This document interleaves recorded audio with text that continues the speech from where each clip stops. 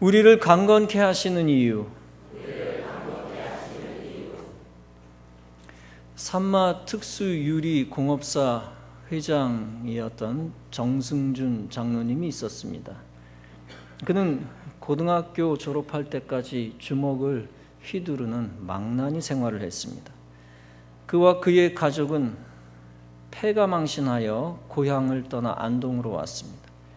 그때 그는 친구로부터 다시 교회에 나갈 것을 권유받았습니다.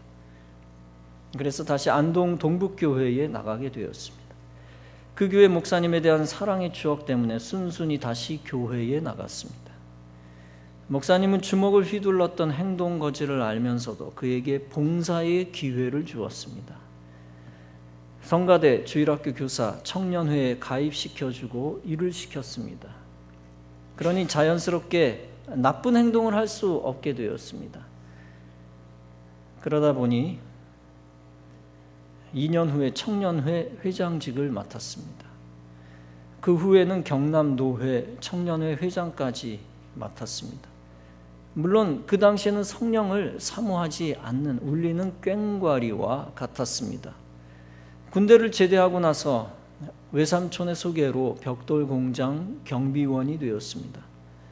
예배드리기 전에는 담배를 피우는 수준의 신자로 전락했습니다. 그는 회사 근처 개척교회에 나가고 있었습니다. 그런데 하루는 목사님이 출타했고 설교를 맡았던 장집사라는 분도 부득이하게 설교를 할 수가 없고 나올 수가 없었습니다. 초라한 개척교회 그날 수요 예배에 설교할 사람이 없었습니다. 그때 목사님 사모님이 정승준에게 설교 부탁을 합니다. 청년회 회장 경력이 있으니 충분히 설교할 수 있다고 여겼던 것입니다. 그러나 정구는 위선적인 자기 모습 때문에 절대 설교할 수 없었습니다. 그러나 사모님은 아랑곳하지 않고 무작정 정군을 강단으로 떠밀었습니다. 정신이 아찔하여 강대상 뒤쪽에서 엎드려서 기도하는 수밖에 없었습니다. 하나님, 이 일을 어쩝니까? 이 죄인이 어떻게 당신의 말씀을 들먹일 수 있습니까?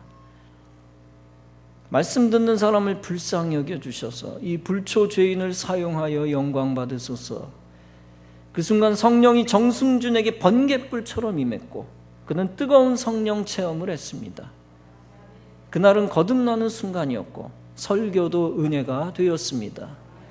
그 후 악습을 버리고 더욱 교회 일을 열심히 했고 교회는 날로 발전했습니다. 27살 결혼 직후 생활이 너무 어려워 마가린과 간장으로 밥을 먹으며 살았습니다. 삶이 너무 어려워 회사를 그만두고 문방구점을 했습니다. 짐 자전거로 야채 장사도 했고 길거리에서 꽃을 팔기도 했고 수박 장사도 했습니다. 그런데 해운대 해수욕장에서 다른 사람들은 많이 파는데 자기는 수박 단 한 개도 팔지 못하고 돌아왔습니다. 크게 낙심했습니다. 그러나 언제나 새벽 기도를 드린 후 하루 일과를 시작했습니다. 5년 동안 부산에서 고생하다가 서울에서 신광 유리회사를 경영하는 외삼촌을 만났습니다. 작은 외삼촌이었습니다. 그 외삼촌의 권유로 그 회사에 들어갔습니다. 새벽 4시부터 밤 12시까지 하루 20시간 일해 주었습니다.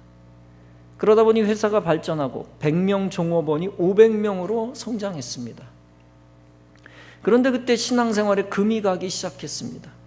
축복을 받으면서 하나님을 멀리하고 바쁘니까 해이해졌습니다.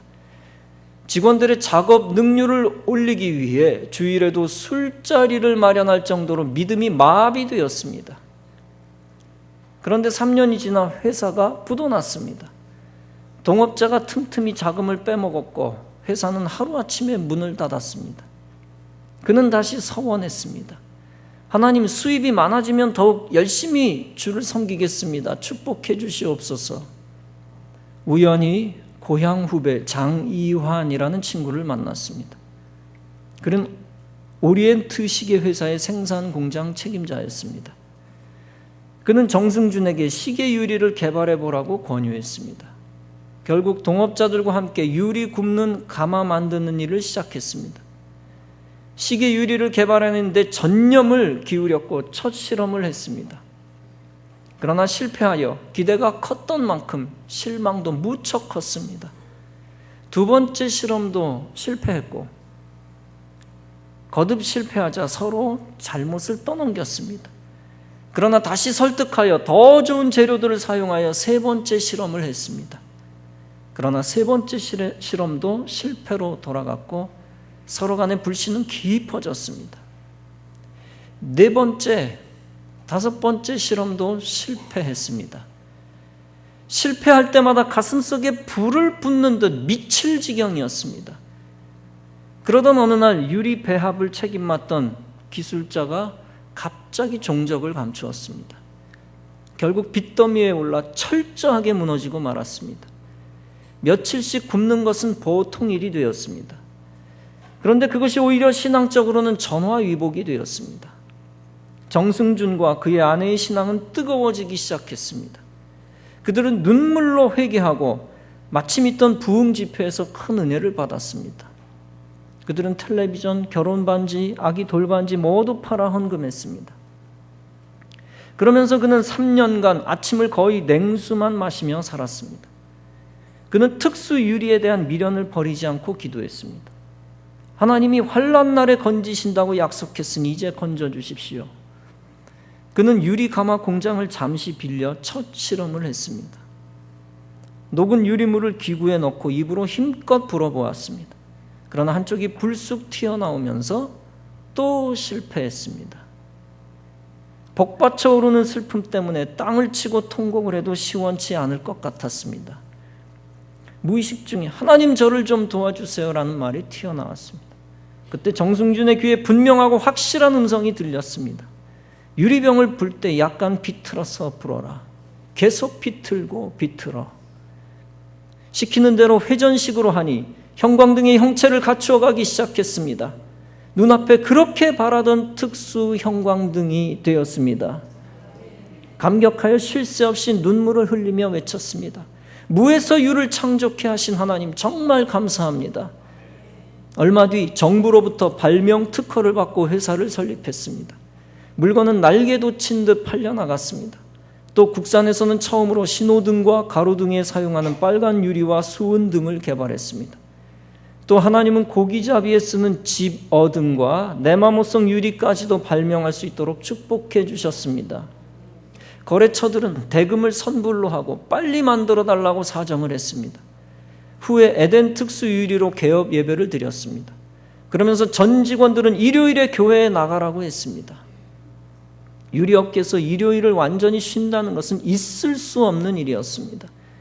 직원들조차 만류할 정도였습니다. 그러나 모든 것을 바치고 고난을 이겨낸 신앙이 안식일을 지키도록 종용했습니다. 회사는 믿음으로 주의를 지키며 나갈 때 더욱 번창했습니다. 명인동에 400평 공장을 구입했습니다. 놀라운 것은 구입한 다음부터 부근의 명일동 땅값이 치솟았습니다. 땅이 오르기 전에 샀으니 아찔한 일이었습니다. 결국 하나님은 그들이 주의를 지킨 만큼 더 많이 축복하셨습니다. 후에 정승준은 장로님이 되어 장로님으로 충성하였고 한 교단의 평북 노회 남선교회 회장을 했습니다. 그 장로님은 파란만장하였던 세상살이 속에서 하나님의 축복을 생각하며 눈물을 흘렸습니다. 오늘 본문은 말씀합니다. 주께서 내 곁에 서서 나를 강건케 하심은 나로 말미암아 전도의 말씀이 온전히 전파되어 이방인으로 듣게 하려 하심이라. 그러므로 내가 사자의 입에서 건지웠느니라. 즉 하나님께서 우리를 강건케 하시고 복을 주시는 이유가 있다는 것입니다. 그것은 강건케 되고 복받은 자가 전도하게 만들기 위해서라는 것입니다. 더 나아가 이방인들이 복음을 듣게 하기 위함이라는 것입니다. 그것 때문에 사자의 입, 즉 극심한 환난에서 구출시켜 주신다는 것입니다. 사도 바울은 예수님 때문에 많은 매를 맞았습니다. 신앙을 지키려다가 죽을 고비도 많이 넘겼습니다. 배가 파손돼 바다에 빠지기도 했습니다. 재판을 받으면서 위기를 맞기도 합니다. 그러나 그때마다 사도 바울은 고백합니다. 주님께서 나를 지켜주셨습니다. 내가 나 된 것은 하나님의 은혜로 된 것입니다. 또 로마서 15장은 말씀합니다. 그리스도께서 이방인들을 순종케 하기 위하여 나로 말미암아 말과 일이며 표적과 기사의 능력이며 성령의 능력으로 역사하신 것 외에는 내가 감히 말하지 아니하노라. 즉 그리스도께서 내가 말하는 것과 일하는 일에 역사하셨습니다. 성령의 능력으로 표적과 기사를 보이시며 역사하셨습니다. 그 이유는 이방인들이 그것을 보고 순종할 수 있도록 만들기 위함입니다 라는 것입니다. 고린도후서 1장은 말씀합니다. 우리가 환난받는 것도 너희의 위로와 구원을 위함이요 혹 위로받는 것도 너희의 위로를 위함이니 이 위로가 너희 속에 역사하여 우리가 받는 것 같은 고난을 너희도 견디게 하느니라. 즉 사도들이 고난받는 것도 고린도 교인들에게 위로가 된다는 것입니다. 사도들이 고난받는 것이 고린도 교인들을 구원하는 근거가 된다는 것입니다. 더 쉽게 말하면 고린도 교인들의 구원을 위해 사도들이 고난을 받았다는 것입니다. 여러분, 왜 사도 바울과 사도들의 고난이 이방인들에게 위로가 되고 구원이 됩니까? 그 이유는 바울의 고난 속에는 하나님의 기적이 항상 있었기 때문입니다. 바울의 극심한 고난 속에 이미 하나님의 기적이 잉태되어 있었습니다. 바울이 유대인에게 맞았을 때도 생명을 건지고 그곳에서 복음을 전했습니다. 바울과 실라가 감옥에 갇혔을 때도 죽지 않고 옥문이 열리고 간수가 예수 믿게 되었습니다. 유대인이 사람들을 선동하여 바울을 예루살렘 밖으로 끌어내려 죽이려 했습니다. 그때 예루살렘이 소란하다는 소문이 군대 천부장에게 들립니다. 그가 급히 군사들과 백부장들을 거느리고 달려내려가는 바람에 바울이 목숨을 건집니다. 한편 바울이 잡혀 호송될 때에 배가 파손됩니다. 군사들은 죄수들이 깨진 배를 통하여 도망갈까 봐 죄인들을 다 죽이자고 합니다. 그때 백부장이 자기 부하들의 건의를 받아들였다면 바울도 덩달아 죽었을 것입니다. 그러나 백부장은 바울에 대해 호의적이었으므로 그렇게 하지 않았습니다. 바울 덕분에 죄수들까지 도리어 목숨을 건집니다. 또한 그 후 바울 일행이 멜리데 섬에 도달할 때에도 하나님이 바울을 살리십니다. 토인들이 백부장 일행과 바울을 도와줍니다. 바울이 독사에 물릴 때도 독사에 물릴 때에는 토인들이 어떻게 생각을 했냐면 바울이 살인을 했구나, 그가 벌을 받는다라고 생각을 합니다. 그러나 바울은 독사를 불에 던져버리고 조금도 상하거나 죽지 않았습니다. 그때 사람들은 그를 신처럼 존중하고 그는 추장의 도움을 받습니다.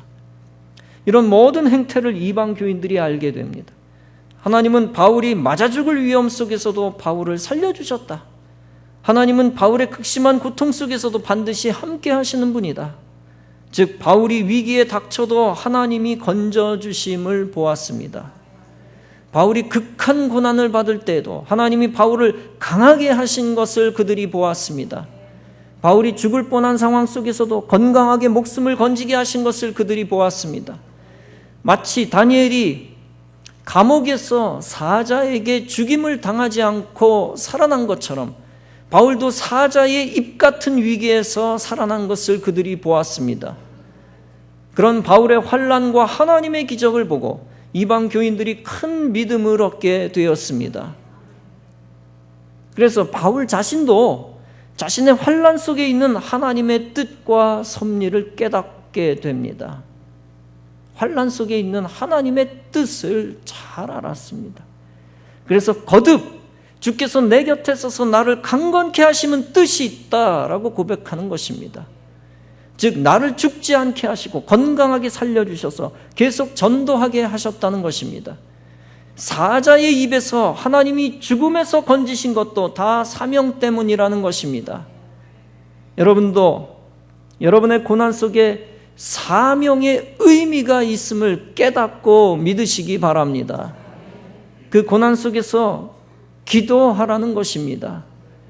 그 고난 속에서 세상 가치를 버리고 하나님을 붙들라는 것입니다. 그리고 그 고난 속에서도 미래의 승리를 주시는 하나님의 능력을 믿으라는 것입니다.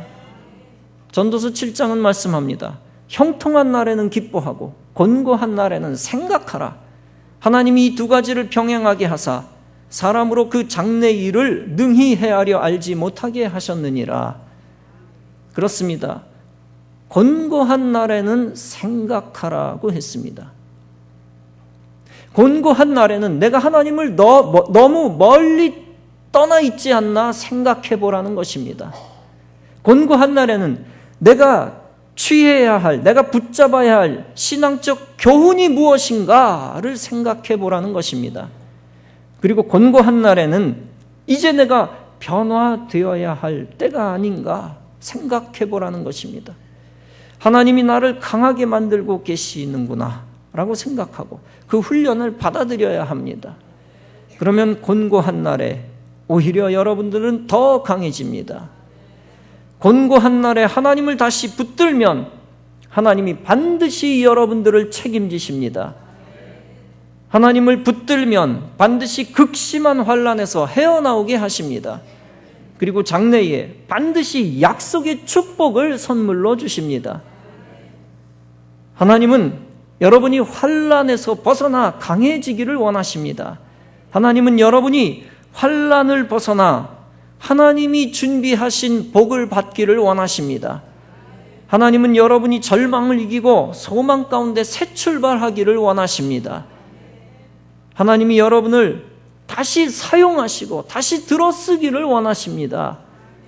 하나님은 약한 자를 강하게 만들어 사용하기를 원하십니다.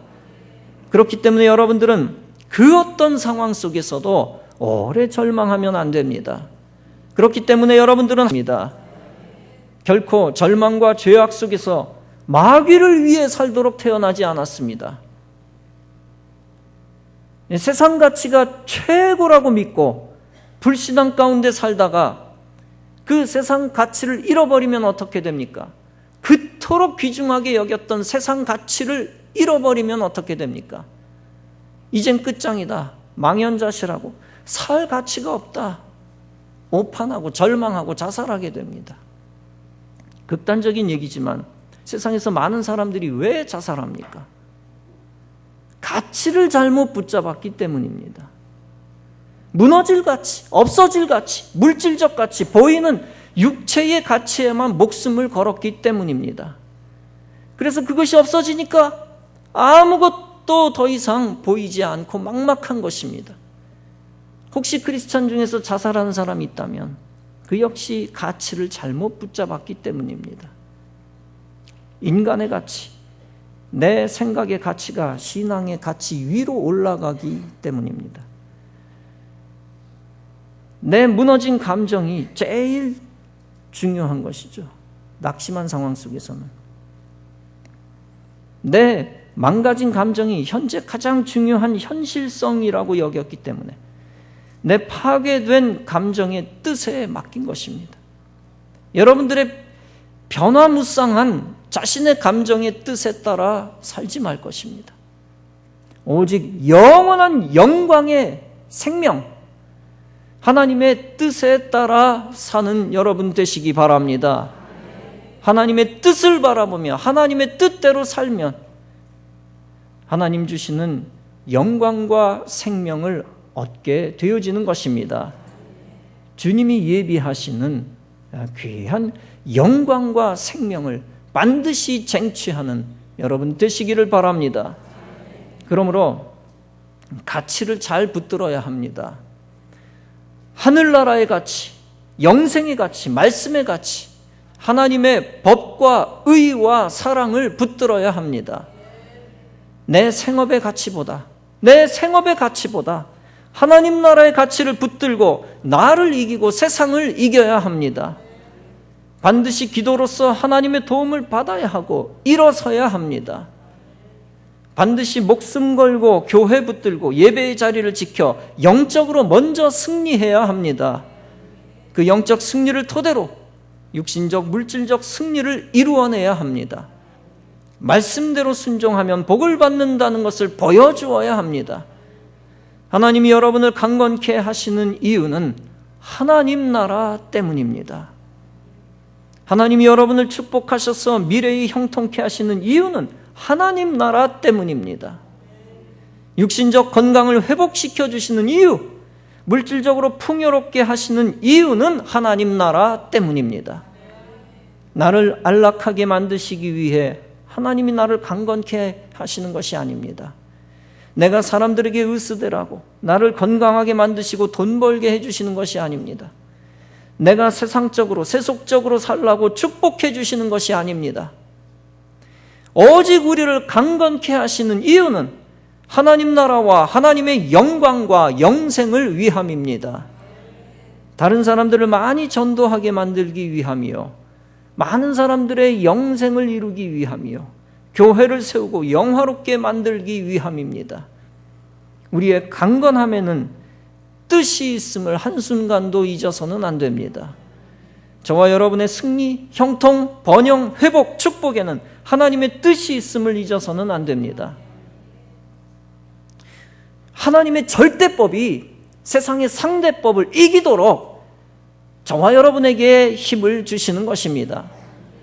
하나님의 의가 세상 죄악을 이기도록 저와 여러분을 강하게 하시는 것입니다. 의로운 약자가 하나님을 모욕하는 강자를 이기도록 우리를 강하게 하시는 것입니다. 그리고 악한 사람과 싸워 이기라고, 마귀와 싸워 이기라고 영육간의 능력을 주시는 것입니다. 강한 자가 되었는데 의를 위해 싸우는데 사용하지 않고 비겁하게 나만 편안하게 도망가면 어떻게 될까요? 하나님이 우리를 죽음에서 건져주시고 축복하시고 강하게 만드신 것을 후회하실 것입니다. 너 할 수 있었어. 후회하실 것입니다. 반대로 우리가 살아나 복을 받고 강해진 후에 더욱 용감하게 하나님 나라를 위해 싸우면 하나님이 우리를 더욱 강하게 만드실 것입니다. 사람 눈치 보지 않고 세상 눈치 보지 않고 신앙 지키고 교회를 위해 싸우는 자가 되어야 합니다. 사랑하는 성도 여러분, 광야 같은 이 세상에서 편안하게 사는 것이 최종 목적이 되어서는 안 됩니다. 물론 우리를 사랑하셔서 엘림 같은 오아시스를 광야 생활 속에서 허락해 주십니다. 엘림을 허락해 주셔서 편안하게 만드십니다. 그러나 거기에 영원히 머물러서는 안 됩니다. 우리에게 물질적 복을 주시지만 물질 사용하면서 편안하게만 살려 하면 안 됩니다. 다시 가나안 땅에서 싸워 가나안 땅을 향하여 나아가 가나안 땅에서 싸워 피 흘려 하나님의 의와 하나님 나라를 회복해야 합니다. 그리고 약속의 땅을 회복할 목적을 세워야 합니다. 세상은 광야와 같습니다. 광야에서 우리는 극심한 고난을 당합니다. 광야 같은 세상에서 고난 안 당하는 사람이 어디 있습니까? 극심한 고난을 당합니다. 그러나 하나님이 약속하신 축복의 약속의 땅 가나안이 있음을 알아야 합니다. 그 가나안을 향해 계속 나아가야 합니다. 문제가 생기면 어떻게 합니까? 전진하면 됩니다. 나그네는 머물지 않습니다. 전진합니다. 나그네가 세상에 집착하여 세상에 정착하려고 하면 시험에 듭니다. 약해지고 죽습니다. 오직 하나님이 정하신 하나님 나라를 위해 환난을 믿음으로 이기며 전진해야 합니다. 전진할 때 하나님이 도와주시고 힘을 주시고 강하게 하실 것입니다. 만나를 주시고 불기둥과 구름기둥으로 인도해 주실 것입니다. 그러므로 광야에서 낙심하지 말고 끝까지 성령의 인도함을 받으며 강해지고 승리해야 합니다. 대신 주님이 인도하심의 속도에 맞추어야 합니다. 불기둥과 구름기둥이 빨리 가면 매일매일 빨리 짐 싸 따라가야 합니다. 불기둥과 구름기둥이 1년 내내 머물면 그곳에 계속 같이 머물러야 합니다. 내 맘대로 무시하고 가면 광야에서 타 죽거나 얼어 죽습니다. 추워서 죽습니다.